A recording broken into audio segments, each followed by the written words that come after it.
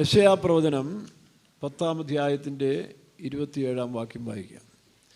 യെശയ്യാ പ്രവചനം 10:27. അഭിഷേകത്താൽ നുകം.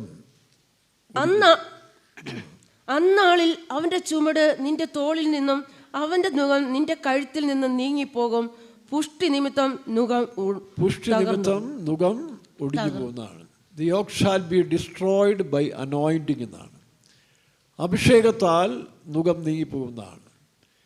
പ്രിയ ദൈവമക്കളെ, നമ്മെ സംബന്ധിച്ചിടത്തോളം നമുക്കറിയാം, പെന്തിക്കോസ്റ്റിൻ്റെ ശക്തി എന്ന് പറയുന്നത് അഭിഷേകമാണ്.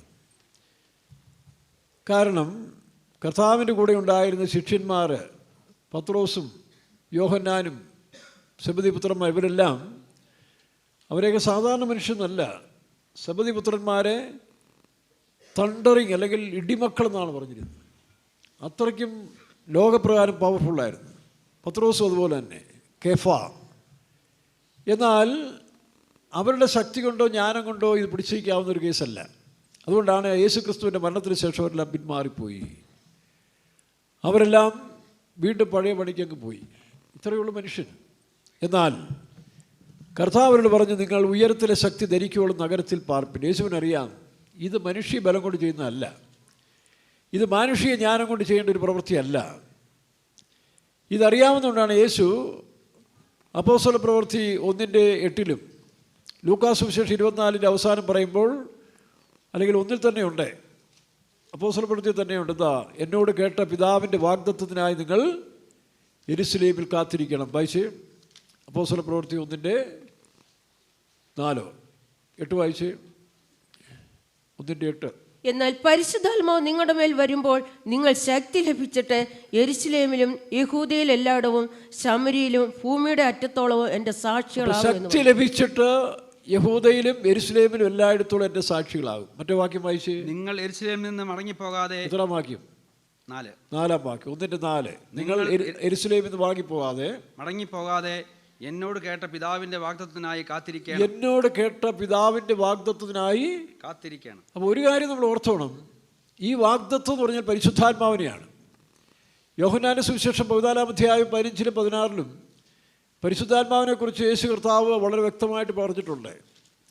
അവൻ വരുമ്പോൾ സകല സത്യത്തിലും വഴി നടത്തും.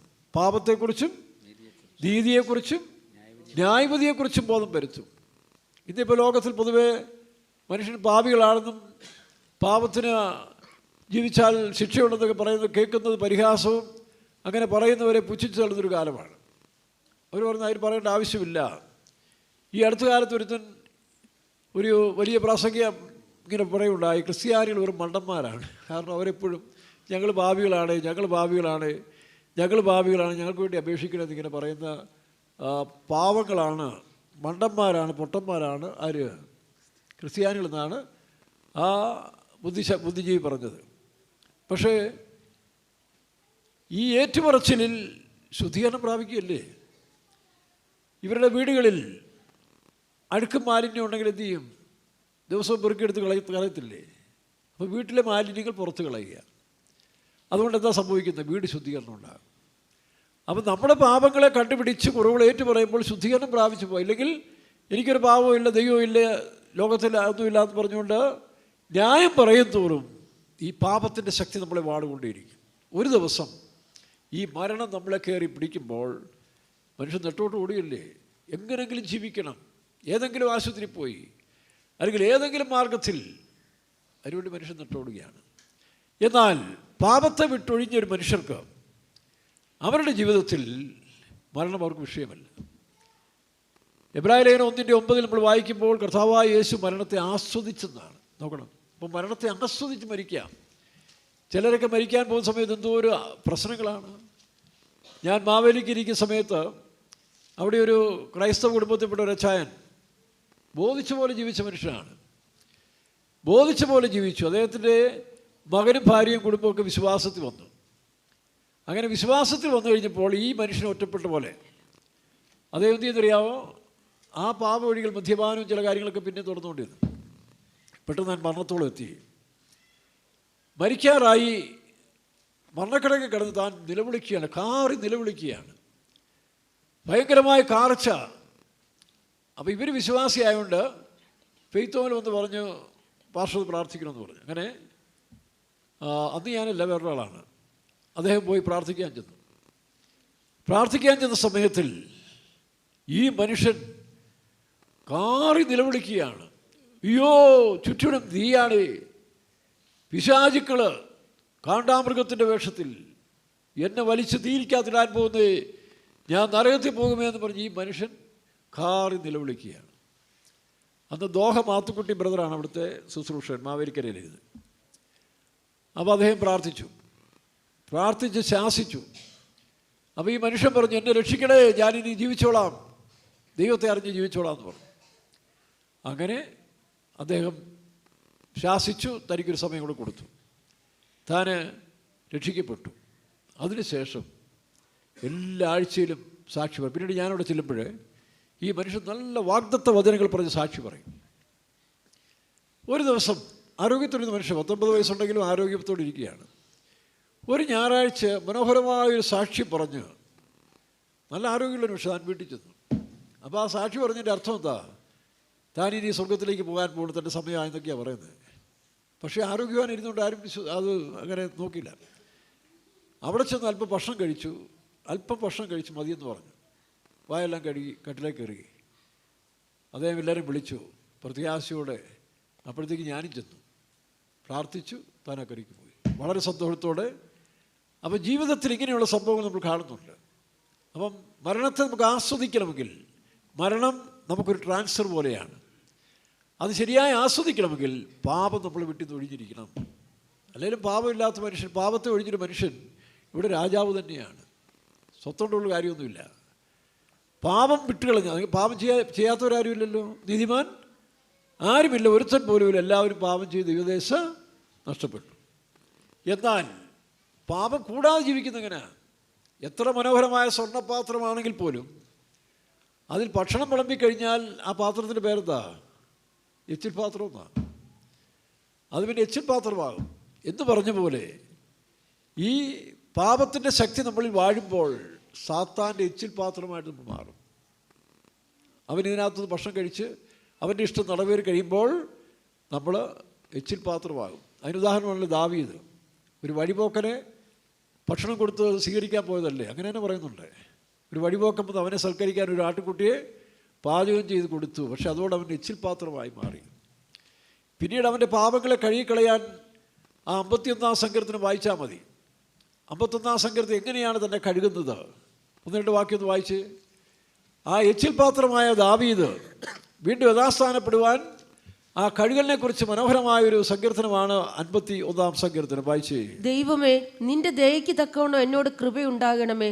നിന്റെ കരുണയുടെ ബഹുത്വപ്രകാരം എന്റെ ലംഘനങ്ങളെ മായിച്ചു കളയണമേ. പിന്നെ എന്നെ നന്നായി കഴുകി എന്റെ അകൃത്യം പോക്കണമേ. ഭക്തൻ എപ്പോഴും ആഗ്രഹിക്കുന്നതാണ് നന്നായി കഴുകുക, കേട്ടോ. നന്നായി കഴുകണമേ, നന്നായി കഴുകി എന്റെ അകൃത്യം പോക്കണമേ, എന്റെ പാപം നീക്കി എന്നെ വെടിപ്പാക്കണമേ. അപ്പോൾ താഴോട്ട് വായിച്ചു. അവൻ്റെ പ്രാർത്ഥനയുടെ ഉദ്ദേശം, അവനൊരു ദൈവത്തിലായിരുന്നു, പക്ഷേ പാപം പ്രവേശിച്ചപ്പോൾ താങ്ങാൻ ഒക്കുന്നില്ല. പാപത്തിൻ്റെ ശക്തിയോട് ദൈവത്തോട് വസിപ്പാൻ കഴിയില്ലെന്ന് മനസ്സിലായ ദാവീദ് നന്നായി കഴുകണമേ, ഈ സോപ്പ് കൊണ്ട് ഏറ്റവും വൃത്തിയായിട്ട് എന്നെ കഴുകണമേ എന്ന് പ്രാർത്ഥിക്കുക. തന്നെയല്ല, അതിന് താഴെ വായിക്കുമ്പോൾ നീ ഒടിച്ച അസ്ഥികൾ ഉല്ലസിക്കട്ടെ, സന്തോഷവും ആനന്ദവും എന്നെ കേൾക്കുമാറാക്കണമേ. വായിച്ചേ. സന്തോഷവും ആനന്ദവും എന്നെ കേൾക്കുമാറാക്കണമേ, നീ ഒടിച്ച അസ്ഥികൾ ഉല്ലസിക്കട്ടെ. ഒരു കാലത്ത് ഞാൻ ചിന്തിച്ചിരുന്നത് എന്താ അർത്ഥം? ദൈവം മനുഷ്യൻ്റെ അസ്ഥി ഒടിക്കുമോ? അല്ല, എന്താ ദാവീദ് ഇങ്ങനെ പ്രാർത്ഥിച്ചത്? എനിക്ക് സംശയം ഉണ്ടായിരുന്നു.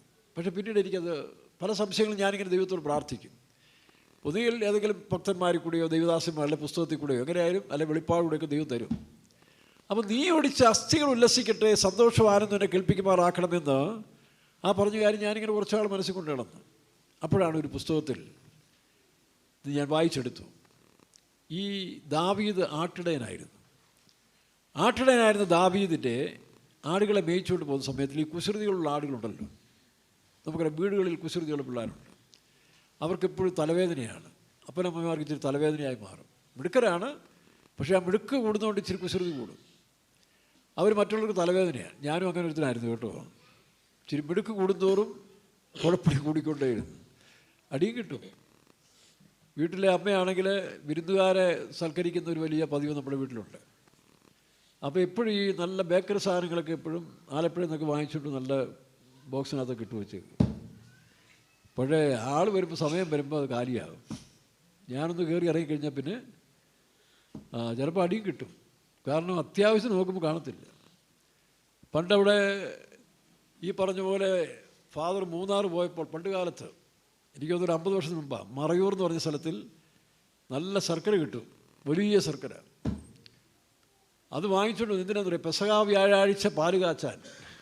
അതാ പെസഹ വ്യാഴാഴ്ച പാല് കാച്ച് ഇൻട്രിയപ്പം ഉണ്ടാക്കുന്നൊരു പരിപാടിയുണ്ട് യേശുക്രിസ്തുവിൻ്റെ പെസഹ ആചരിക്കാനായിട്ട്. അപ്പോൾ ഇത് മേൽത്തരമായ ശർക്കര ആയതുകൊണ്ട് എന്ത് ചെയ്തു, ഇത് സൂക്ഷിച്ചു വെച്ചു. കാരണം ഇനി പാല് കാച്ചാനുള്ള സമയം ദുഃഖവെള്ളിയാഴ്ച വരാൻ ഏപ്രിൽ മാസമല്ലേ എന്ന് തോന്നുന്നു, അല്ലേ? കുറച്ച് സമയമേ ഉള്ളൂ. അപ്പോൾ ഒരു മാസത്തേക്ക് വെച്ചു. ഞാനീ പറഞ്ഞ പോലെ ഈ അവധി ദിവസങ്ങളെല്ലാം തപ്പി കിടക്കും, എല്ലാം എന്തൊക്കെയുണ്ടെന്നുള്ളത് തപ്പി എന്നപ്പോഴാണ് ഇത് മച്ചിൻ്റെ അല്ല അടുപ്പിൻ്റെ മുകളിൽ ഇങ്ങനെ കെട്ടി തൂക്കിയിട്ടിരിക്കുക. അഴിച്ചു നോക്കുമ്പോൾ വല്ലവാ അതിനകത്ത്. അപ്പോൾ ഞാൻ വല്ലത്തിൻ്റെ അങ്ങേവശം തുറന്നു. ഇവിടെ നമ്മൾ കാണത്തില്ലേ, അമ്മ അടുപ്പത്ത് പാചകം ചെയ്യുമ്പോൾ കാണാതിരിക്കാൻ വേണ്ടി അങ്ങേവശം തുറന്നിട്ട് ഓരോന്നിങ്ങനെ എടുത്ത് കാണാൻ തുടങ്ങി. എന്നിട്ട് അതിലത്തെ പിള്ളേർക്കൊക്കെ കൊണ്ട് കൊടുത്ത് എല്ലാവരും കെട്ടുവെള്ളമൊക്കെ കൊണ്ടുപോയില്ല അവനിങ്ങനെ കറക്കി ചെയ്യുന്നത്. അതിനകത്ത് കയറിയിരുന്ന് ഇതെല്ലാം പൊടിച്ചു. ഇതിൻ്റെ ഗൗരവം അറിയുന്നില്ല. ഇത് ഇൻട്രിയപ്പം അല്ലെങ്കിൽ പെസഹ വ്യാഴ്ചത്തേക്കുള്ളതെന്ന് അറിയത്തില്ല. 5-6 ഉണ്ടായിരുന്നു വലിയത്. അവസാനം പെസഹ വ്യാഴ്ച വന്നപ്പോൾ ഈ പറഞ്ഞ പോലെ ചിലന്തിയുടെ കൂട് പോലെ വല്ലം മാത്രമേ. അത് ശരിക്കും അടി കിട്ടി കേട്ടോ. അപ്പോൾ ഇതുപോലെ മെനക്കേടുകളുള്ള കാണിക്കുന്ന കുറേ കുസൃതികൾ എപ്പോഴും ചിലർക്കുണ്ട്. പക്ഷെ അവരെ ശരിയായ രീതിയിൽ ട്രെയിൻ കൊടുത്തെടുക്കാമെങ്കിൽ അവർ ഭാവിയിൽ ഏറ്റവും പ്രയോജനമുള്ളവരായിത്തീരും. ഇപ്പോൾ എൻ്റെ കാര്യം പറഞ്ഞ പോലെ അതുകൊണ്ട് അവരെ തള്ളിക്കളയരുത്. അവരെ ട്രെയിൻ ചെയ്യാൻ അറിയാവുന്നവർ ട്രെയിൻ ചെയ്യണം. അതുകൊണ്ടാണ് അവസാനം അമ്മ സഹിയിട്ട് ദൈവത്തിൻ്റെ കയ്യിലും ഏൽപ്പിച്ചു കൊടുത്തു. എന്നെക്കൊണ്ട് പറ്റുകയില്ല കർത്താവേ ഇവനെ ശരിയാക്കാൻ. തമ്പുരാൻ്റെ കൈ കിട്ടി തമ്പുരാൻ എന്ത് ചെയ്തു, വളരെ നിഷ്പ്രയാസം. അതുകൊണ്ട് നിങ്ങൾക്ക് സഹിക്കാൻ വയ്യാത്ത ഒതുക്കാൻ വയ്യാത്തതിനൊക്കെ തള്ളിക്കളയേണ്ട. ആരെ ഏൽപ്പിച്ചാൽ മതി? ദൈവത്തെ ഏൽപ്പിച്ചാൽ മതി. ദൈവം ഭംഗിയാക്കി എടുത്തു തരും. ആ കഴിവ് ദൈവത്തിനുണ്ട്. പാസ്റ്റർ പോളിൻ്റെ ഒരു മകൻ കുസൃതിക്കാരനായിരുന്നു പാസ്റ്റർ ഫ്രെഡി. ഇംഗ്ലീഷ് ആംഗ്ലിക്കൻ സ്കൂളിലാണ് പഠിച്ചുകൊണ്ടിരുന്നത്. ഭയങ്കര കുസൃതിയാണ്. താനാണെങ്കിൽ പെന്റിക്കോസ്റ്റ് മിഷൻ്റെ സ്ഥാപക പാസ്റ്റർ കൂടല്ലേ. മാതൃകാരമായിരിക്കേണ്ടതിന് പകരം ഈ കൊച്ചനെ കൊണ്ട് സഹി കിട്ടു. താൻ ദൈവത്തോട് പറഞ്ഞു, കർത്താവേ ഇവരിങ്ങനെ നിൽക്കുമ്പോൾ എനിക്കിങ്ങനെ ഇതിന് മാതൃകയായി നിൽക്കാനൊക്കെ ഒന്ന്, അതുകൊണ്ട് നീ എന്നെ അങ്ങ് എടുത്തോളാൻ പറഞ്ഞു. പല പ്രാവശ്യം അടി, ഇഷ്ടംപോലെ അടി കൊടുക്കുമായിരുന്നു. ഇഷ്ടംപോലെ അടി. പലപ്പോഴും പല പാസ്റ്റർമാർ കയറി വീണാണ് അടി എന്നൊക്കെ ഒഴിവാക്കുന്നത്. അവസാനം പുള്ളി സഹി കിട്ടും. പുള്ളി പറഞ്ഞു, ഞാനിനി പ്രസംഗിക്കത്തുമില്ല, സഭയിലൊന്നും പോകത്തില്ല. പാസ്റ്റർ പോൾ, എൻ്റെ മകൻ ഇങ്ങനെ ആകുമ്പോൾ എനിക്ക് മാതൃകയില്ലാത്തൊരു മകനെ വെച്ചുകൊണ്ട് ഞാനിങ്ങനെ വേല ചെയ്യുന്നത്.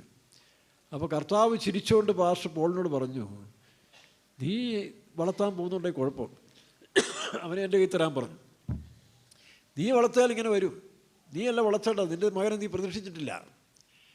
നീ പ്രതീക്ഷിച്ചത് പറഞ്ഞാലും നിൻ്റെ മകനെ നീ പ്രതീക്ഷിച്ചിട്ടില്ലല്ലോ, അതുകൊണ്ട് എൻ്റെ കയ്യിൽ തരാൻ പറഞ്ഞു. അങ്ങനെ ഫ്രെഡിയെ കർത്താവിൻ്റെ കൈ കൊടുത്തു. അല്പസമയം കഴിഞ്ഞപ്പോൾ അഭിഷേകം പ്രാപിച്ചു. പാസ്റ്റർ പോളിന് ശേഷം, പാസ്റ്റർ ആൽവിന് ശേഷം ഇതേ മിഷൻ്റെ ചീഫ് പാസ്റ്ററായിട്ട് വളരെ ശ്രേഷ്ഠനായി. പാസ്റ്റർ ഫ്രെഡി എന്ന് പറഞ്ഞാൽ ഏറ്റവും ശ്രേഷ്ഠനായ പാസ്റ്റർമാരിൽ ഒരാളായിരുന്നു. അപ്പോൾ അങ്ങനെ നിങ്ങൾക്ക് സഹിക്കാൻ വയ്യാത്തതും ഒതുക്കാൻ വയ്യാത്തതിനെല്ലാം എന്ത് ചെയ്യണം? ദൈവത്തിന് കൊടുക്കണം. ഇതാണ് ദാവീദ്. തൻ്റെ കൂടെ ഒരാളുണ്ടായിരുന്നു. ഈ മുട്ടാട് പോലത്തെ ഒരു സാമാനല്ലേ, അവനിങ്ങനെ കൂട്ടത്തിൽ കിടക്കത്തില്ല. അവനെപ്പോഴും വേർപെട്ട് കിടക്കണം, ഷൈൻ ചെയ്യണം. കാണുന്ന കുന്നേലും ഇതെല്ലാം ചാടി കിടന്ന് അയലോക്കാരൻ്റെ പത്തലും കടിച്ച് ചിലപ്പോൾ അവിടുന്ന് അടിയും വാങ്ങിച്ചുകൊണ്ടൊക്കെ വരും. അങ്ങനെ ദാവീദിന് വളരെ തലവേദനയായിരുന്ന ഈ ആടുകളുണ്ടായിരുന്നു കൈ. അവസാനത്തെ കൈക്ക് എന്ത് ചെയ്യുന്നറിയാവോ? ഇവനെ ഒതുക്കാൻ വയ്യാതെ വരുമ്പോൾ ദാവീദ് ഇവൻ്റെ ഒരു കാലം കുടിച്ചു കളയും. കാലൊടിഞ്ഞു കഴിഞ്ഞാൽ അവസ്ഥ നോക്കി. ഏറ്റവും മിടുക്കനായി ഷൈൻ ചെയ്തുകൊണ്ടിരിക്കുന്ന ഇടത്തിൽ കാലൊടിഞ്ഞു കഴിഞ്ഞാൽ അവൻ നടക്കാൻ പോകും. പിന്നെ ഞൊണ്ടി എല്ലാവർക്കും പരിഹാസമായിട്ട് ഇങ്ങനെ ഞൊണ്ടി നടക്കണം. കുറേ കഴിയും വേദനിച്ച് അവിടെ കിടക്കും. അപ്പോൾ ദാവീദ് തിരിഞ്ഞു പോലും നോക്കിയില്ല. ഇവനവിടെ കിടക്കും, മറ്റവരെല്ലാം മുന്നോട്ട് പോവുകയാണ്. ശ്രദ്ധിച്ച് നോക്കിയേ. ഒരു കാര്യം നിങ്ങൾ ഓർക്കണം, ഈ സ്മാർട്ട്നെസ് കൂടിയാൽ, അല്ലെങ്കിൽ ഈ പറഞ്ഞ പോലെ ഓവർ ശുഷ്കാന്തി കാണിക്കുന്ന ഒരു ഹൃദയം വളരെ ലോലമായിരിക്കും. സത്യം അത് കേട്ടോ. അതുകൊണ്ടാണ് ഈ മണ്ടത്തിലൊരു കാണിക്കാൻ ശ്രമിക്കുന്നത്. അവരുടെ ഹൃദയത്തിന് വളരെ ലോല ഹൃദയം കാണും. അപ്പോൾ തങ്ങൾ ഒറ്റപ്പെട്ടു, ഇടയൻ തങ്ങളെ കൈവിട്ടു, കൂടെയുള്ളവരെല്ലാം പോകുന്നു എന്നുള്ള വിഷമത്തിൽ ഈ ആടെന്തിയും അവിടെ കിടന്നുകൊണ്ട് കാറി നിലവിളിക്കും. ഈ ആടുകളുടെ നിലവിളി കേട്ടാൽ പിന്നെ ഇടയൻ അടങ്ങിയിരിക്കുകയില്ല. ആട് നിലവിളിച്ച് കഴിയുമ്പോൾ ദാവീദ് തിരിഞ്ഞു വന്ന് ഈ കാലൊടിച്ച ആടിനെ തോളിലെടുത്തുകൊണ്ട് പോകും. എന്നിട്ട് നമുക്കറിയാമല്ലോ, ഇതിവിടെ കമ്പത്തിൻ്റെ അടുത്ത് ഈ ചികിത്സ ഉണ്ടല്ലോ അല്ലേ, അസ്ഥി എന്തോ എവിടെ ആ സ്ഥലം, പൂശാനംപെട്ടി, അവിടെ അസ്ഥിയെ യോജിപ്പിക്കുന്ന പച്ചമരുന്നുണ്ടല്ലോ എന്ന് പറഞ്ഞ പോലെ കാട്ടിലൊക്കെ ഉണ്ട്. ദാവീദ് അത് അരച്ചെടുത്തതെയും പറിച്ചെടുത്ത് ഇവൻ്റെ കാലെ വെച്ച് കെട്ടി ഈ ആടിനെ തോളെ വെക്കും. ഇപ്പോൾ ഏറ്റവും അടുത്ത ചങ്ങാതിയായി ആര് മാറി? കാലൊന്നും ഒടിച്ചാലും കുഴപ്പമില്ല, ഇപ്പം ആരായി മാറി? അതേപോലെ നിങ്ങൾക്ക് ഒതുങ്ങാൻ വയ്യാത്ത പിള്ളേരൊക്കെ തമ്പുരാൻ എടുപ്പിക്കും. ചിലപ്പോൾ ഒരു കാല് കൈ ഒടിക്കുമായിരിക്കും, എന്നാലും പരുവത്തിന് തമ്പുരാൻ കൈ തരും. എൻ്റെ കൈ ഒന്ന് ഒടിച്ചതാണ് ഒറിജിനൽ. ഞാൻ ഈ ചെറുപ്പത്തിൽ വോളിബോൾ കളിക്കാൻ വലിയ ഇഷ്ടമായിരുന്നു. ഒരുപക്ഷെ ഞാൻ അന്ന് വോളിബോൾ കളിക്കാൻ നീളമൊക്കെ ഉണ്ടല്ലോ, അതുകൊണ്ട് എന്നെ വളരെ പ്രോത്സാഹിപ്പിച്ചുകൊണ്ടിരുന്നു. അങ്ങനെ വോളിബോൾ കളിച്ച് പോയിരുന്നെങ്കിൽ ഒരുപക്ഷെ ദൈവത്തിന് വല്ലതും പിടികിട്ടാവുന്നേനെ. അങ്ങനെ വന്നപ്പോൾ ഒരു ദിവസം എന്ത് ചെയ്തു, ഞാനും പിള്ളേരും കൂടെ കൂട്ടുകാരും കൂടെ ഞങ്ങളുടെ ഒരു എരുത്തിലുണ്ട്, ആ എരുത്തിൻ്റെ മേളിൽ കയറി അഭ്യാസം കാണിക്കുക. എന്താ കാരണം? തൊട്ട് പറമ്പിൻ്റെ ഇപ്പുറത്താണ് പമ്പയാറ്, നമ്മുടെ അതിര. അപ്പോൾ ഞങ്ങൾ നോക്കും പമ്പയാറ്റിൽ എൻ്റെ ചെറുപ്പത്തിൽ എനിക്കൊന്ന് ഏകദേശം ഒരു 1970 അവിടെ ഷൂട്ടിങ് നടക്കുക. അപ്പോൾ ഈ സിനിമാ ഷൂട്ടിങ്ങിൽ സത്യനും നസീറും ഇവരെല്ലാം ഇവിടുന്ന് ബോട്ടൊക്കെ എടുത്ത് ഇടിച്ച് വെള്ളത്തിൽ തള്ളിയിടുന്നതൊക്കെ കാണുക. അപ്പോൾ എനിക്കന്നെൻ്റെ ചെറിയ വയസ്സാണ്, പന്തുകളിയും കൂടെ തുടങ്ങുന്നേ ഉള്ളൂ, ഇവരെ പോലെ 10-12 വയസ്സ് കാണും. ഞങ്ങൾ ഇടിയെല്ലാം കണ്ടു കഴിഞ്ഞിട്ട് എന്ത് ചെയ്യും, ഞങ്ങൾ ഇവിടെ ഷൂട്ടിങ് ആരംഭിച്ചു. അവിടെ ഈ എരുത്തിൻ്റെ മേളിൽ ഷൂട്ടിങ് ആരംഭിച്ചു. പിള്ളേരാണ് കൂടി ഇടിക്കുമ്പോൾ അവന്മാർ താടും. അവിടെ മണ്ണുങ്ങൂനയുണ്ട്, അതാ വിഷയം. മണ്ണുങ്ങൂനെ ചാടി കുഴപ്പമില്ല. അപ്പോൾ ആ ധൈര്യത്തിലാണ് ചാടി. പക്ഷെ ഞാൻ ചാടിയപ്പോൾ നിക്കർ ഉടക്കിപ്പോയി. തൊട്ടടുത്ത് നിന്ന് കല്ല് കൂട്ടടുത്ത് പോയി കൈ വീണ് കൈ അങ്ങ് വട്ടം ഒടിഞ്ഞു പോയി. അന്നത്തോണ്ട് പന്തുകളിയും നിർത്തി. പിന്നെന്ത് ചെയ്യും, ഇതും പ്ലാസ്റ്റർ ഇട്ട് ഇങ്ങനെ നടക്കുക. പിന്നെ ഒരു ഗുണമുണ്ട്, അന്ന് ഈ കപ്പലണ്ടി വാങ്ങിച്ചാൽ പൊട്ടിക്കാൻ സൗകര്യമാണ് എന്നതാണ്. അന്ന് ഈ പിള്ളേർ കപ്പലണ്ടി വിൽക്കാൻ പറ്റും, അപ്പോൾ അത് പൊട്ടിക്കാൻ നല്ല സൗകര്യം, ഇതാ പൊട്ടിച്ച് കഴിക്കും.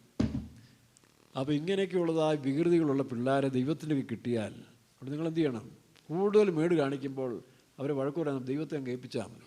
തമ്പുരാൻ കയ്യോ കാലോ ചിലപ്പോൾ ഓടിക്കും, ഓടിച്ചിട്ട് എന്ത് ചെയ്യും, അതിൻ്റെ പരുവത്തിന്. അതുകൊണ്ടാണ് ദാവീദ്, അവനറിയാം അവൻ്റെ സ്മാർട്ട്നെസ് കൂടി ഈ വികൃതി കാണിച്ച ആടിൻ്റെ കാലൊടിച്ചിട്ട് തൻ്റെ തോളലെടുത്ത് വഹിച്ചു കഴിഞ്ഞപ്പോൾ പിന്നെ അവൻ അവിടുത്തെ മോണിറ്ററാകും, മറ്റാടുകളെ നടത്താൻ പ്രാപ്തരായി മാറുന്നവനായി. ദൈവത്തിന് സ്തോത്രം. ഇതനുഭവം ഉള്ളതുകൊണ്ടാണ് താനിപ്പോൾ ഈ അതിക്രമം കാണിച്ചു കഴിഞ്ഞപ്പോൾ അവനറിയാം ദൈവത്തോട് അപേക്ഷിക്കുന്നു, അവൻ്റെ സന്തോഷം പോയി. അങ്ങനല്ലേ, പാപം പ്രവേശിച്ച സന്തോഷം പോകും. പാപം നമ്മളിൽ പ്രവേശിച്ചാൽ നമ്മുടെ സന്തോഷവും പോകും, റിയാലിറ്റി പോകും, പിന്നെ കാപട്യവും തന്ത്രവും സൂത്രവും എല്ലാം ഉപയോഗിക്കേണ്ടി വരും. അത് കുടുംബത്തിലായാലും ശരി അല്ലേ, ആർട്ടിഫിഷ്യൽ ലൈഫാവും. ഭാര്യ ഭർത്താക്കന്മാരാണെങ്കിൽ പോലും എന്ത് ചെയ്യും, ആ ഒറിജിനാലിറ്റി പോയാൽ പിന്നെ ആ ചിരി കണ്ടാൽ വളരെ രസമാണ് അല്ലേ. ചിരി കാണുമ്പോഴേ അറിയാം ആ ഒറിജിനാലിറ്റി അങ്ങ് പോയി. പണ്ട് ഞാൻ സുൽത്താൻ ബത്തേരി ഇരിക്കുന്ന സമയത്ത് അവിടെ ഇതുപോലെ ഭയങ്കര തണുപ്പാണ്, ഇതിനൊക്കെ തണുപ്പാണ്. അപ്പോൾ ആ തണുപ്പ് സമയത്ത് രാവിലെ ചെറിയെല്ലാം അങ്ങോട്ട് പറ്റി പിടിച്ചിരിക്കും ഇങ്ങനെ. അപ്പം നമ്മുടെ പ്രിയപ്പെട്ടവരാരും നമ്മൾ ചിരിക്കത്തില്ലേ, ചിരിക്കുമ്പോഴുണ്ടല്ലോ ഇത് നമ്മൾ വലിഞ്ഞു വരത്തില്ല, ചിലപ്പോൾ ഇങ്ങനെ കോടി വരും. ആ കോടി വരുന്ന സമയത്ത് ഒരു ഫോട്ടോ എടുത്താൽ കണ്ടാൽ എങ്ങനെ ഇരിക്കും എന്ന് പറഞ്ഞ പോലെയാണ് ഈ ആത്മാർത്ഥം നഷ്ടപ്പെട്ട് കഴിഞ്ഞാൽ സംഭവിക്കുന്ന ചിരിയും ഇടപെടലും കാണുമ്പോഴേ അറിയാം ഇത് സംതിങ് റോങ് അല്ലേ. പിന്നെ ചിലരെന്ത് ചെയ്യും, മേക്കപ്പ് ഉണ്ടാക്കുന്ന ശ്രമിക്കുകയാണ്, വേഷവിധാനങ്ങൾ. എനിക്കറിയാവുന്നൊരു കുടുംബമുണ്ട്, അവിടെ ഭാര്യയും ഭർത്താവും വളരെ സന്തോഷമായി ജീവിച്ചതാണ് കേട്ടോ. പക്ഷേ തൻ്റെ ഭാര്യയൊക്കെ ഉണ്ടല്ലോ എല്ലാം കോമ്പല്ലുകളാണ്, എന്താ പറയുക, മുളമ്പല്ലോ, അങ്ങോട്ടും ഇങ്ങോട്ടും ഒന്ന് തെക്കോ വടക്കോ എന്ന് പറഞ്ഞ് ഓരോന്നും അങ്ങോട്ടും ഇങ്ങോട്ടും തള്ളിയിരിക്കും എല്ലാം. പക്ഷേ അവർ ചിരിക്കുമ്പോൾ ഈ മോണ പോലും മൊത്തം കാണാം. പക്ഷെ അവർ സിൻസിയർ ആയതുകൊണ്ട് ഒറിജിനൽ ചിരിയാണ്. അപ്പോൾ ഇത് മക്കളൊക്കെ പ്രായമായപ്പോൾ പിള്ളേർക്ക് തോന്നി അമ്മയുടെ പല്ലൊക്കെ ഒന്ന് മാറ്റി സ്റ്റൈലും പല്ല് വെക്കാമെന്ന്. അങ്ങനെ പിള്ളേർ കൊണ്ടുപോയി പല്ലെല്ലാം പറിപ്പിച്ചിട്ട് സ്റ്റൈലൻ പല്ല് വെച്ച് കൊടുത്തു. അപ്പോൾ കണ്ടാലൊരുമാതിരി വൃത്തിയൊക്കെ ഉണ്ടെങ്കിലും ഇവർ ചിരിക്കുമ്പോൾ ഭർത്താവ് കരയുക കേട്ടോ. അതാ രസം. പുള്ളിക്ക് വലിയ സങ്കടം വരിക. അപ്പോൾ ചോദിച്ചാൽ അച്ഛാ ഇപ്പം നല്ല പല്ലല്ലേ പിന്നെന്താ? അതല്ലടി, നീ അന്ന് ആ കോമ്പല്ലോട് ചിരിക്കുമ്പോൾ നിൻ്റെ ആ ഒറിജിനാലിറ്റി അത് എനിക്ക് വലിയ സന്തോഷമായിരുന്നു. ഇപ്പം നീ ചിരിക്കുമ്പോഴേ നിൻ്റെ വെപ്പ് പല്ലല്ലേ, നീ മനഃപൂർവ്വം ഈ കാണിച്ച ചിരികൾ എനിക്ക് അങ്ങോട്ട് ഹൃദയത്തിൽ വഹിക്കാൻ ഒക്കുന്നില്ല. അപ്പോൾ അതാണ് സ്നേഹം എന്ന് പറയുന്നത്. അപ്പോൾ ഈ ആർട്ടിഫിഷ്യൽ പരിപാടികളൊന്നും ഒരു കാലത്ത് സക്സസ് അല്ല. വെച്ച് കെട്ടുക, മേക്കപ്പ് ചെയ്യുക, ഇല്ലയോ, ആഡംബര വസ്ത്രങ്ങൾ, ഇതെല്ലാം പാപത്തിൽ വീണതിൻ്റെ ലക്ഷണങ്ങളാണ് ഇതൊക്കെ. നിങ്ങളുടെ സെലിബ്രിറ്റീസ് ഒരു കാലത്ത് ഈ പറഞ്ഞ പോലെ ഒരു കാര്യങ്ങളെല്ലാം സർക്കാർ കാര്യങ്ങളാണെന്നാലും ശരി, ഉദ്ഘാടനം ചെയ്യാൻ മന്ത്രിമാരും അറിയപ്പെട്ട എഴുത്തുകാരും ഒക്കെ വന്ന സ്ഥലത്തിൽ ഇന്ന് വേഷം കാണിച്ച് എന്തെല്ലാം വേഷങ്ങളാണ് കാണിക്കുന്നത്. സിനിമാ നടികളും നടന്മാരും ഇവരൊക്കെയാണ് വിഷയം. കാരണം മനുഷ്യർക്ക് അവരെയാണ് ആവശ്യം. അപ്പോൾ അങ്ങനെ ഒരു അധപ്പതിച്ച ലോകത്തിലേക്ക് നമ്മൾ പോയിക്കൊണ്ടിരിക്കുന്ന കാലത്തിൽ നാം വീണ്ടും തിരിച്ചു വരണം. ഒറ്റ കാര്യം ചെയ്താൽ മതി, പാപത്തെ വിട്ടൊഴിയുക. ദാവീദ് പറയുന്നു, നീ ഒടിച്ച അസ്ഥികൾ സന്തോഷവും ആനന്ദം വീണ്ടും വായിച്ചു. സന്തോഷവും ആനന്ദവും എന്നെ കേൾക്കുമാറാക്കണമേ. നീ ഒടിച്ച അസ്ഥികൾ അതാണ് ഏറ്റുപറച്ചിലാണ്. സദൃശവാക്യം നമ്മൾ വായിക്കുമ്പോൾ 24 തൻ്റെ ലംഘനങ്ങൾ മറയ്ക്കുന്നവന് ശുഭം വരികയില്ല. അതുകൊണ്ട് മറച്ചുള്ള ജീവിതം അധികാലം മുമ്പോട്ട് കൊണ്ടുപോകാനൊക്കത്തില്ല കേട്ടോ. ഭാര്യ ഭർത്താക്കന്മാരായാലും ശരി, വിശ്വാസികളായാലും വേലക്കാരായാലും ശരി, ഈ ആർട്ടിഫിഷ്യൽ ലൈഫ് എന്ന് പറയുന്നത് വളരെ അപകടമാണ്. അത് അധികാലം മുമ്പോട്ട് പോകത്തില്ല. 28:13 വായിക്കാം. തന്റെ ലംഘനങ്ങളെ മറയ്ക്കുന്നവന് ശുഭം വരികയില്ല, അവയെ ഏറ്റുപറഞ്ഞ് ഉപേക്ഷിക്കുന്നവനോ കരുണ ലഭിക്കും. ഏദൻ തോട്ടത്തിൽ നമുക്കറിയാം, ആദാമുടെ ഒറിജിനാലിറ്റി ലൈഫിൽ ദൈവം തോട്ടത്തിൽ വരുമ്പോൾ തന്നെ ദൈവത്തെ സ്വീകരിക്കാൻ അവർ നിൽക്കുകയാണ്. എന്തോ ഒരു സന്തോഷമായിരുന്നു. പക്ഷെ പാപം പ്രവേശിച്ചപ്പോൾ ഓടി ഒളിക്കുകയാണ്. അപ്പോൾ ഒളിക്കുന്നൊരവസ്ഥ പാപത്തിനുണ്ട്. പാപം നമ്മളിലുണ്ടെങ്കിൽ നമ്മൾ ആർട്ടിഫിഷ്യൽ ചിരി, ആർട്ടിഫിഷ്യലായിട്ടുള്ള ആർട്ടിഫിഷ്യൽ ഇൻ്റലിജൻസ് എന്ന് പറഞ്ഞ പോലെയാണ്. ഇപ്പോൾ എല്ലാം അങ്ങനെ വരികയില്ലേ. അപ്പോൾ അങ്ങനെയുള്ള ചിരി. രണ്ടാമത് ചെയ്തു, സ്വന്തമായിട്ട് വസ്ത്രം ഉണ്ടാക്കാൻ തുടങ്ങും, സ്വന്തം പദ്ധതികളെ ഉണ്ടാക്കാൻ തുടങ്ങും. ഇതൊക്കെ ശരിയാണ്. പക്ഷേ ഇതിൻ്റെ അവസാനം ശരിയായ സൂര്യൻ ഉദിച്ചപ്പോൾ അവരുടെ വസ്ത്രം വാടിപ്പോയി. അതുകൊണ്ട് നമ്മളിതിന് പെന്തിക്കോസുകാരായ നമ്മളിതിന് ആർട്ടിഫിഷ്യൽ ലൈഫ്. അതാണ് ഇന്നലത്തെ ആ ക്രിക്കറ്റ് പ്ലെയർ ജമീമ റോഡ്രിക്സിനെ ഞാൻ കണ്ടത്. അവളുടെ ആ ചിരിയും ആ ഏറ്റുപറച്ചിലും കരച്ചിലും ആ ദൈവത്തെ സാക്ഷിക്കുന്നത് കണ്ടപ്പോൾ അറിയാതൊരു സന്തോഷം തോന്നി. മുഴുവൻ ലോകത്തും ഒരൊറ്റ ദിവസം കൊണ്ട് യേശുവിൻ്റെ നാമം അവൾ ഉയർത്തി. നോക്കണം, ഒരു മടിയില്ലാതെ.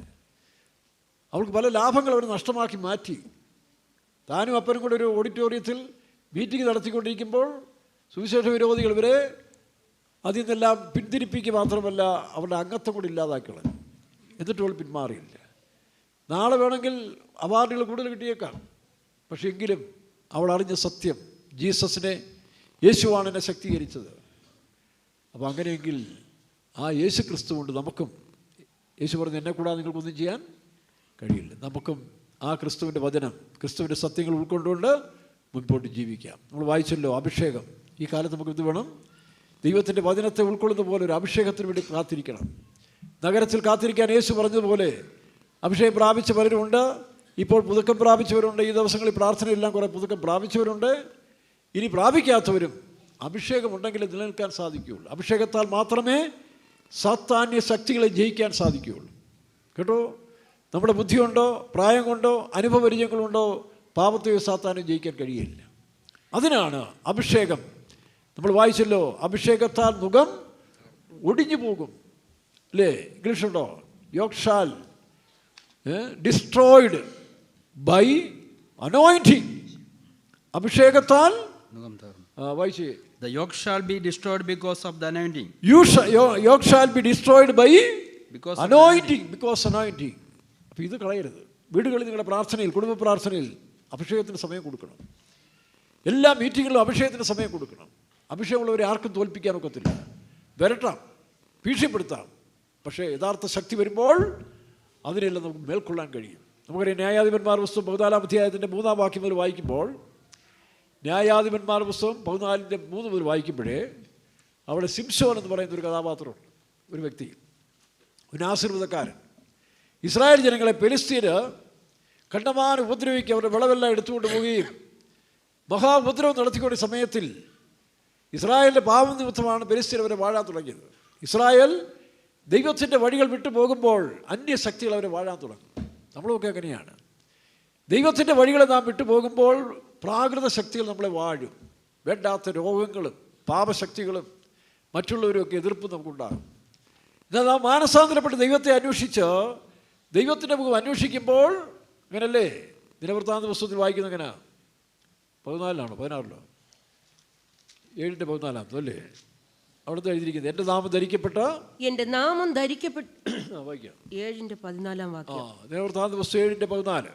എൻ്റെ നാമം ധരിക്കപ്പെട്ടിരിക്കുന്ന എൻ്റെ ജനം തങ്ങളെ തന്നെ താഴ്ത്തി പ്രാർത്ഥിച്ച് എൻ്റെ മുഖം അന്വേഷിച്ച് തങ്ങളുടെ ദുർമാർഗങ്ങളെ വിട്ടു തിരിയുമെങ്കിൽ ഞാൻ സ്വർഗത്തിൽ നിന്ന് കേട്ട് അവരുടെ പാപം ക്ഷമിച്ച്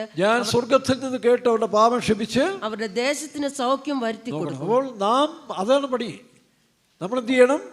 നമ്മൾ ദുർമാർഗങ്ങളെ വിടണം, പാപവഴികളെ വിടണം. എന്നിട്ട് ദൈവസന്നിധിയിൽ കാത്തിരിക്കുമ്പോൾ ദൈവം തൻ്റെ ശക്തിയോട് നമ്മെ നിറയ്ക്കും.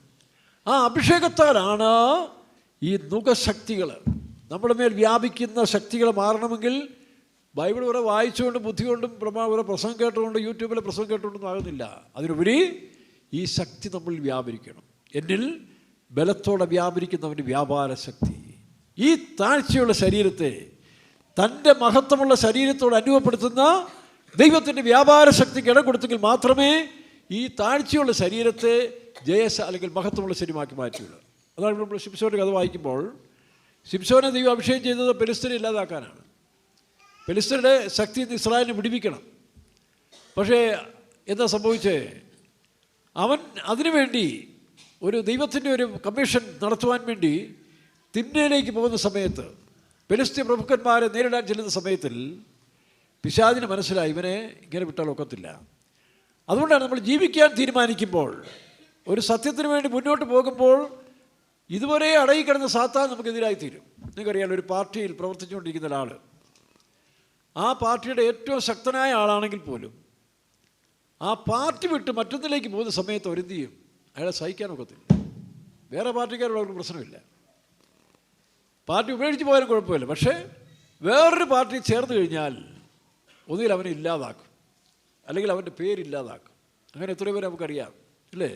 ഇവിടെ തന്നെ നമുക്ക് എത്രയോ പാർട്ടി നേതാക്കന്മാരെ അവസാനം ഇല്ലാതാക്കാൻ ശ്രമിച്ചത് എന്താ കാരണം? വെട്ടിക്കൊല്ലുകയും അവരെ ഇല്ലാതാക്കുകയും ചെയ്യുന്നതിന് കാരണം അവരുടെ പാർട്ടിയിൽ നിന്ന് വിട്ടുപോയത് മാത്രമല്ല, മറ്റൊന്നിൽ പോയി കയറുക, അവർക്കെതിരായിട്ടുള്ള സംഘടനയിൽ പോയി ചേരുകയാണ്. ഇതാണ് സാത്താൻ ചെയ്യുന്നത്. അവൻ്റെ കസ്റ്റഡിയിൽ കിടക്കുന്ന മനുഷ്യർ രക്ഷിക്കപ്പെട്ട് ദൈവകൃപയിലേക്ക് വരുമ്പോൾ അവർ സഹിക്കാനൊക്കത്തില്ല. അതുവരെ അവൻ മിണ്ടാതിരുന്ന സാത്താൻ അവരോട് ഭയങ്കരമായി പോരാടും. അവരേത് വിധത്തിലും ഇല്ലാതാക്കാൻ ശ്രമിക്കും. പക്ഷെ ഭയപ്പെടേണ്ട, സാത്താനെ ജയിച്ചവനായ യേശുവാണ് നമ്മളുള്ളത്. തൽക്കാലം തോൽവിയാ തോന്നിയാലും പിന്നീട് നമുക്ക് ജയമായി മാറ്റിത്തരും. ഇവിടെ തിന്മയിലേക്ക് പോകുന്ന ശിംശോൻ വായിക്കാം. അനന്തരം ശിംശോൻ തിന്മയിലേക്ക് ചെന്നു. തിന്മയിൽ ഒരു ഫെലിസ്ത്യ കന്യകയെ കണ്ടു. അവൻ വന്ന് തൻ്റെ അപ്പനെയും അമ്മയെയും അറിയിച്ചു, ഞാൻ തിന്മയിൽ ഒരു മൂന്നാം വാക്യം മുഴുവൻ. അവൻ്റെ അപ്പനും അമ്മയും അവനോട്, അഗ്രചർമ്മികളായ ഫെലിസ്ത്യരിൽ നിന്ന് നീ ഒരു ഭാര്യയെ എടുപ്പാൻ പോകേണ്ടതിന് നിന്റെ സഹോദരന്മാരുടെ കന്യകമാരിൽ താഴെ അവൻ ഒരു മുന്തിരിത്തോട്ടത്തിൽ കൂടെ പോയപ്പോൾ അങ്ങനെ ശിംശോനും അവൻ്റെ അപ്പനും അമ്മയും തിന്മയിലേക്ക് പോയി. തിന്മയ്ക്കരികെയുള്ള മുന്തിരിത്തോട്ടങ്ങളിൽ എത്തിയപ്പോൾ തിന്മയ്ക്കരികെ, അപ്പോൾ തിന്മയിൽ ദൈവത്തിൻ്റെ ഒരു ദൗത്യം നടത്തുവാൻ ഈ തിരഞ്ഞെടുക്കപ്പെട്ട ഒരു വ്യക്തി, ചൂസൺ പേഴ്സൺ, അവൻ മുൻപോട്ട് പോകുന്ന സമയത്തിൽ സാത്താന് മനസ്സിലായി ഇവനെ വിടാൻ പാടില്ല. അത് നിങ്ങൾ ഓർത്തോണം. നിങ്ങളെ ഒരു കാലം മുമ്പോട്ട് വെക്കുമ്പോൾ ഒരാത്മീയനായി ജീവിക്കാം, ഒരാത്മാവിനെ നേടാമെന്ന് വിചാരിക്കുമ്പോൾ സാത്താൻ ചുമ്മായിരിക്കില്ല. അവൻ്റെ പ്രവർത്തികൾ നിങ്ങൾ പേടിച്ചു പോകരുത്. ദൈവം നിങ്ങളുടെ കൂടെയുണ്ട്. ദൈവത്തിൻ്റെ ശക്തി നിങ്ങളുടെ മേൽ പകരും. അങ്ങനെ തിന്മയിലേക്ക് പോകുന്ന സമയത്തിൽ ഈ മുന്തിരിത്തോട്ടത്തിൽ കൂടെ പോവുകയാണ്. വായിക്കാം. മുന്തിരിത്തോട്ടങ്ങളിൽ എത്തിയപ്പോൾ ഒരു ബാലസിംഹം അവൻ്റെ നേരെ അലറി വന്നു. ഒരു ബാലസിംഹം. ഈ ബാലസിംഹത്തിൽ നിന്നുണ്ട് അവന് പവർ കൂടുതലാണ്. അവന് മനസാക്ഷിയൊന്നുമില്ല. അവൻ ഇറങ്ങിയാൽ ദൗത്യം പൂർത്തീകരിച്ച് പോകത്തുള്ളൂ. അതിന് ശക്തി കൂടുതലാണ്. ഇസ്രായേൽ ജനം മിസ്രൈമിൽ നിന്ന് വരുമ്പോൾ ഒരു കാഫ്, യങ് ബുള്ളക്ക്, ഒരു കാളക്കുട്ടിയാണ് അവർ ആരാധിച്ചത്. ആ കാളക്കുട്ടിയാണ് ഇന്നത്തെ ഷെയർ മാർക്കറ്റിൻ്റെ പ്രതീകമായിരിക്കുന്നത്. സാമ്പത്തിക ഷെയർ മാർക്കറ്റിൻ്റെ പ്രതീകമായിട്ട് കാളക്കുട്ടിയാണ്. അത് ശക്തിയെ കാണിക്കുകയാണ്, ആ പവർ. അപ്പോൾ ഒരു ബാലസിംഹം അവൻ്റെ നേരെ അലറിക്കൊണ്ട് വന്നു. നോക്കണം, വായിക്കാം. അപ്പോൾ യഹോവയുടെ ആത്മാവ് അവന്റെ മേൽ വന്നു. അപ്പോൾ ശിംശോന് ശക്തിയുള്ള ഒരു സിംഹത്തെ കയറിക്കളയാനുള്ള ശക്തിയൊന്നും മനുഷ്യനില്ല. പക്ഷെ അപ്പോൾ ദൈവം ശ്രദ്ധിച്ചുകൊണ്ടിരുന്നു. ദൈവത്തിൻ്റെ ആത്മാവ്, the spirit of the Lord, അല്ലെങ്കിൽ ദൈവത്തിൻ്റെ ശക്തി ശിംശോന്റെ മേൽ വന്നു. വായിക്കാം. കയ്യിൽ ഒന്നുമില്ലാതിരിക്കെ അവൻ അതിനെ ഒരാട്ടിൻകുട്ടിയെ പോലെ കീറിക്കളഞ്ഞു. പ്രതീക്ഷിക്കാത്ത സമയത്താണ് സാത്താൻ്റെ പോരാട്ടം നമുക്കുണ്ടാകും. നമ്മൾ കൈ ഫ്രീ ആയിരിക്കുമ്പോൾ അല്ലെങ്കിൽ സമാധാനമായിരിക്കുമ്പോൾ ഭീകര അന്തരീക്ഷം ഉണ്ടാക്കുക, അതല്ല സാത്താൻ്റെ ശക്തി. സമാധാനമായ രാജ്യത്തിൽ, സമാധാനമായ ദേശത്തിൽ, സമാധാനമായ മനുഷ്യരിൽ ഭീകര അന്തരീക്ഷം ഉണ്ടാക്കി അവരെ തകർക്കുന്ന സാത്താൻ്റെ ശക്തി. അപ്പോൾ കയ്യിൽ ഒന്നുമില്ലാതിരിക്കെ, വായിക്കാം. അപ്പോൾ യഹോവയുടെ ആത്മാവ് അവന്റെ മേൽ വന്നു. യഹോവയുടെ ആത്മാവ് അവന്റെ മേൽ വന്നു. കയ്യിൽ ഒന്നുമില്ലാതിരിക്കെ അവൻ അതിനെ ഒരാട്ടിൻകുട്ടിയെ പോലെ കീറിക്കളഞ്ഞു. ഈ യങ് എന്ന് പറയുന്നത് മറ്റൊരു ഭാഷ പറഞ്ഞാൽ തീമോഥെയോസിന്റെ ലേഖനത്തിൽ വായിക്കുമ്പോൾ യൗവന മോഹങ്ങൾ. എത്ര പ്രായം ചെന്നാലും ശരി, ഈ യൗവന മോഹങ്ങൾ, അത് യോ പറയുന്നു അവൻ്റെ അസ്ഥികളിൽ, നോക്കണം, പ്രായം ചെന്ന യോ പറയാം, എൻ്റെ അസ്ഥികളിൽ യൗവന പാപം വാഴുന്നതാണ് പറയുന്നത്. എത്ര പ്രായം ചെന്നാലും ഈ ചെറുപ്പം മുതൽ നമ്മളിങ്ങനെ കൊണ്ടു നടക്കുന്ന ചില പാവങ്ങൾ വിട്ടുപോകുന്നില്ല. അതുകൊണ്ടാണ് വയസ്സായി കഴിഞ്ഞിട്ടും ഈ ചില പ്രാകൃത സ്വഭാവങ്ങൾ ചില മനുഷ്യർ കാണിക്കുന്നത്. 20:11 വാക്യം. യോബ് 20:11 വാക്യം. അവന്റെ അസ്ഥികളിൽ യൗവനം നിറഞ്ഞിരിക്കുന്നു. യൗവന പാപം എന്നുള്ളതാണ് മറ്റു ഭാഷയിലിരിക്കുന്നത്. ആ യൗവനത്തിൽ യൂസ്ഫുൾ സിൻ, യൗവനത്തിലെ പാപം അവൻ്റെ അസ്ഥികളിൽ വാഴുന്നു. ഒരാവശ്യമില്ലേലും ചില മെനക്കേട് പണികളൊക്കെ ചെയ്യുന്നതിൻ്റെ കാരണം ഇതാണ്. കാരണം അത് വിട്ടുകളഞ്ഞിട്ടില്ല. വയസ്സ് 87 ഒരു അച്ഛൻ എനിക്കറിയാം. എനിക്കത് വയസ്സ് 30 താഴെയാണ്. 25-27 വയസ്സുള്ളപ്പോഴാണ്. 87 വയസ്സുള്ള ഒരു അപ്പൻ എൻ്റെ അടുത്ത് വന്ന് ഒരു കാര്യം ഏറ്റു പറഞ്ഞു. ഞാൻ അന്ന് എനിക്ക് മനസ്സിലായത് 87 വയസ്സായാലും ഈ യൗവന പാപങ്ങൾ വിട്ടുപോകത്തില്ല. തൻ്റെ വീട്ടിലൊരു വളരെ അകന്നൊരു ബന്ധു, ഒരു സഹോദരി വന്നു. ഇവിടെ ഇച്ചിരി അഭ്യാസക്കാരിയാണ്. ഇവിടെ വന്ന് ഈ അപ്പൻ്റെ അടുത്ത് ഇച്ചിരി പൈസയ്ക്ക് വേണ്ടി ഇങ്ങനെ തട്ടിമുട്ടി നിന്ന് തൊട്ടും ഒക്കെ ഇങ്ങനെ അപ്പൻ്റെ വികാരങ്ങൾ ഇളകി. നോക്കണം, അപ്പനെന്തോ കുസൃതി കാണിച്ചു. അപ്പോൾ അവൾ ഭീഷണിപ്പെടുത്തി, ഞാൻ ഫെയ്ത്തോൻ പോയി പാസ്റ്റർ അടുത്ത് പറയും. അവളൊരു പുതിയ ആളാണ്, അവൾ വിശ്വാസിയില്ല, അവൾ ഭർത്താവ് വിശ്വാസിയാണ്, പക്ഷെ അവൾ വിശ്വാസിയില്ല. അപ്പോൾ അവൾ ഭീഷണിപ്പെടുത്തി അപ്പനെ, ഞാൻ ഫെയ്ത്തോൻ പോയി പാസ്റ്റർ അടുത്ത് പറയും, മാത്രമല്ല ഇനി ഞാൻ നിങ്ങളുടെ ഫെയ്ത്തോൻ വരുത്തുമില്ല. പുള്ളി നമ്പർ അടിച്ചതാണ്. അപ്പനെ ഭീഷണിപ്പെടുത്താൻ വേണ്ടി ചെയ്ത് അപ്പനെ ഇളക്കിയിട്ട് അവസാനം അപ്പനെ ബ്ലാക്ക് മെയിലും ചെയ്യുകയാണ്. ഈ പാവം മനുഷ്യൻ ഒരാത്മാവ് നഷ്ടപ്പെടുകയെന്ന് പറഞ്ഞുകൊണ്ട് ആ ഭീതി, പൈസ പോട്ടെ, ആത്മാവ് നഷ്ടപ്പെടുമെന്നുള്ള രീതിയിൽ ഞാനിങ്ങനെ അവിടെ ഇതുപോലെ നിൽക്കുക. എൻ്റെ കൈക്ക് പിടിച്ച് അച്ചായിക്ക് വരാൻ പറഞ്ഞു. ഉദ്ദേശിമാരെയൊക്കെ അച്ചായെന്നാണ് വിളിക്കുന്നത്. ചെന്ന് പുള്ളി തന്നെ എൻ്റെ മുറിക്കകത്ത് കയറി ഒരു പായ എടുത്തു, പ്രാർത്ഥന അപ്പോൾ അവിടെ ചുറ്റി വെച്ചിരിക്കുക. അതിട്ട് ചാരിയിരിക്കുക. ഞാൻ ആരോട് പറയാനാ? എൻ്റെ ഭാരങ്ങളും പ്രയാസങ്ങളും അച്ചാനോടല്ലേ പറയേണ്ടത്. ഞാൻ ആകെ ഇത്രയും പറയാനുള്ള മനുഷ്യൻ എന്നെ പറയാൻ പോകുന്നിരിക്കുക. അപ്പോൾ ഇതെല്ലാം തുറന്ന് പറഞ്ഞു കേട്ടോ. വലിയ സീരിയസ് കേസല്ല, പക്ഷേ അവൾ ഭീഷണിപ്പെടുത്തി. അവൾ വരികയെന്ന് പറഞ്ഞപ്പോൾ പുള്ളി ഭയപ്പെട്ടു പോയി. ഞാൻ സാരമില്ല, പ്രാർത്ഥിക്കാം. അങ്ങനെ പ്രാർത്ഥിച്ച് വിട്ടു. പക്ഷെ അവൾ പിന്നെ വേറൊരു കുഴപ്പടി പോയി വീണു. നോക്കണം, അവളുടെ ഭർത്താവ് വെളിയിലായിരുന്നു. അവൾ അയലത്തുകാരനൊരുത്തരുമായിട്ട് പ്രശ്നം ഉണ്ടാക്കി, അടിയും ബഹളവും ഇല്ലാത്ത പ്രശ്നങ്ങളായി മാറി.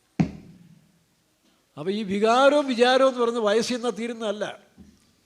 അതിനെ നമ്മൾ ഈ അഭിഷേകത്താൽ നിയന്ത്രിച്ചില്ലെങ്കിൽ, അല്ലെങ്കിൽ അതിനുള്ളതായ കപ്പാസിറ്റി കിട്ടിയില്ലെങ്കിൽ 100 വയസ്സായാലും, കാപ്പിപ്പൊടി അച്ഛൻ പറയുന്ന പോലെ കോപമായിരുന്നാലും വ്യഭിചാര ചിന്തയായാലും 100 വയസ്സായാലും, അച്ഛനങ്ങനെ പറഞ്ഞല്ലേ, ചത്തു കിടന്നാലും പിന്നെ ഒരു അരമണിക്കൂറിൽ കാണുമെന്ന് പറഞ്ഞു ഈ ലസ്ഫുൾ അല്ലെങ്കിൽ യൗവന മോഹങ്ങൾ.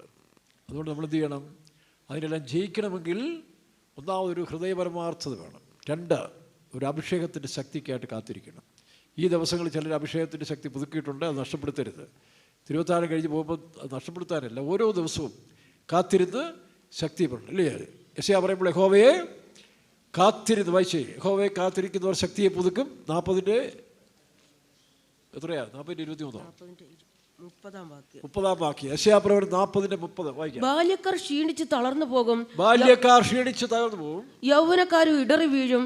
യൗവനക്കാർ ഇടറി വീഴും. എങ്കിലും യഹോവയെ കാത്തിരിക്കുന്നവർ ശക്തിയെ പുതുക്കും. ബാല്യക്കാർ ക്ഷീണിച്ച് തളർന്നു പോകും, യൗവനക്കാർ ഇടറി വീഴും. എന്നാൽ യഹോവയെ കാത്തിരിക്കുന്നവർ ശക്തിയെ പുതുക്കും. അവർ കഴുകന്മാരെ പോലെ ചിറകടിച്ച് കയറും. ഞാനൊരു എക്സാമ്പിൾ പറഞ്ഞ് ഓർമ്മയുണ്ടല്ലോ അല്ലേ, ഞങ്ങളുടെ വീട്ടിലെ ഒരു കൈസർ എന്ന് പറയുന്ന ഒരു നായ ഉണ്ടായിരുന്നു. നല്ല ബുദ്ധിയുള്ളവനാണ് കേട്ടോ, അപാര ബുദ്ധിയാണ്. അവനെ ഈ ഫാദർ ജോലിയൊക്കെ കഴിഞ്ഞ് 3 മാസമൊക്കെ കഴിഞ്ഞാൽ വീട്ടിൽ വരത്തുള്ളൂ. ചിലപ്പം 2 മാസമോ 1 മാസമോ കഴിഞ്ഞ് വരും. ഇവൻ എങ്ങനെയോ അറിയും, ചിലപ്പോൾ 1 ദിവസം 2 ദിവസം തെറ്റിപ്പോവും. ഇവൻ അവിടെ വാതിൽക്കൽ പോയി കിടക്കും. അവിടെ കിടന്നിട്ട് ഫാദറുമായിട്ട് തിരിച്ചു വരും. എങ്ങനെ ആ ബുദ്ധി എങ്ങനെ കിട്ടുമെന്ന് എനിക്കറിയത്തില്ല. അതുപോലെ നല്ല കളറാണ്, ഒരു വെള്ളയും കറുപ്പും ചേർന്നൊരു കളറാണ്. കൈസർ എന്നാണ് അവൻ്റെ പേര്. ഭയങ്കര ബുദ്ധിമാനാണ്, നല്ല എല്ലാവർക്കും വലിയ ഇഷ്ടം, ആരെയും അങ്ങനെ ഉപദ്രവിക്കുന്നില്ല. ചാടി വീഴും, സംശയം തോന്നിയാൽ ചാടി വീണാലും കടിക്കത്തില്ല.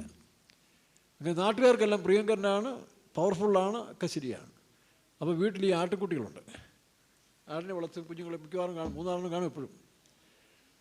2 ആടൊക്കെ മിക്കവാറും കാണും അവിടെ. അപ്പോൾ ഈ ആട്ടുകുട്ടികൾ ഇവനും കൂടെ വിളയാടാൻ തുടങ്ങും. ഇവൻ ശക്തനല്ലേ, പവർഫുള്ളാണ്.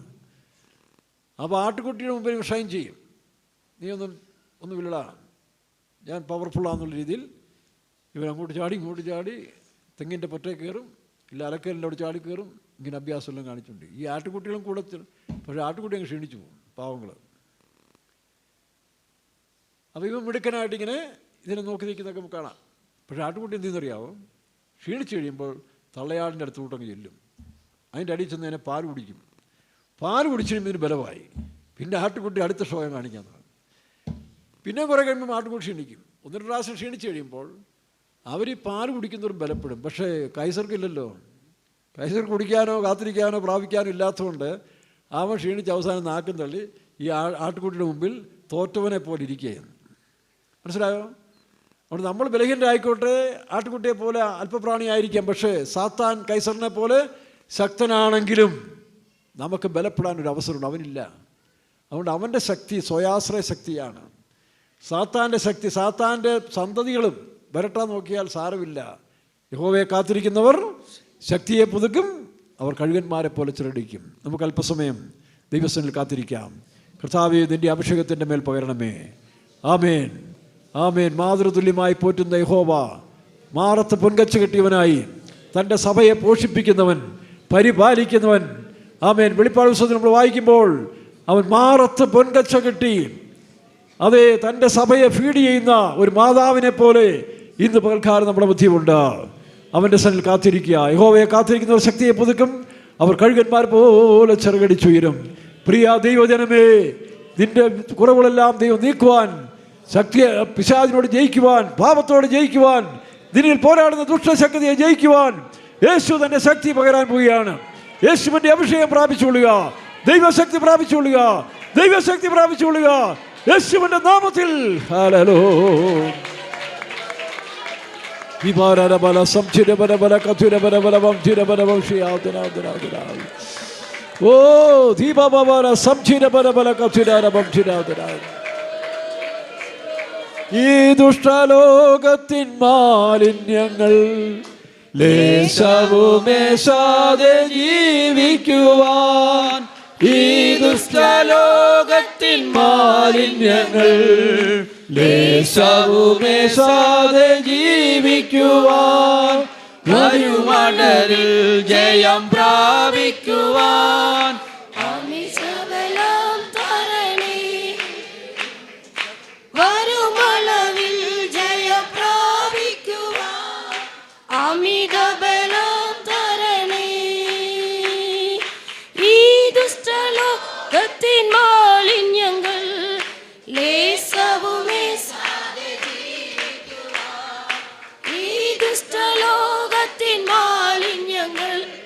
ലേശവുമേ സാധേ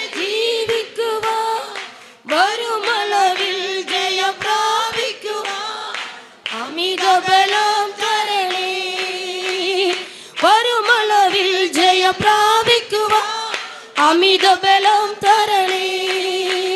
പുതിയ ശക്തി, പുതിയ കൃപ, പുതിയ സന്തോഷം പകരണമേ. പുതിയ ശക്തി, പുതിയ കൃപ, പുതിയ സന്തോഷം പകരണമേ.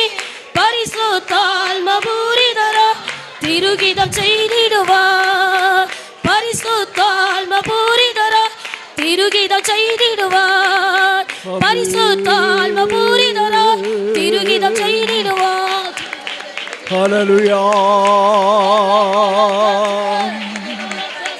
ഹല്ലേലൂയ, ഹല്ലേലൂയ.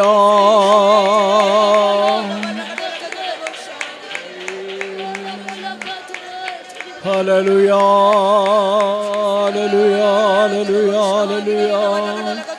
സകലവും നിനക്കായി കീഴ്പ്പെടും കഴിയും നിൻ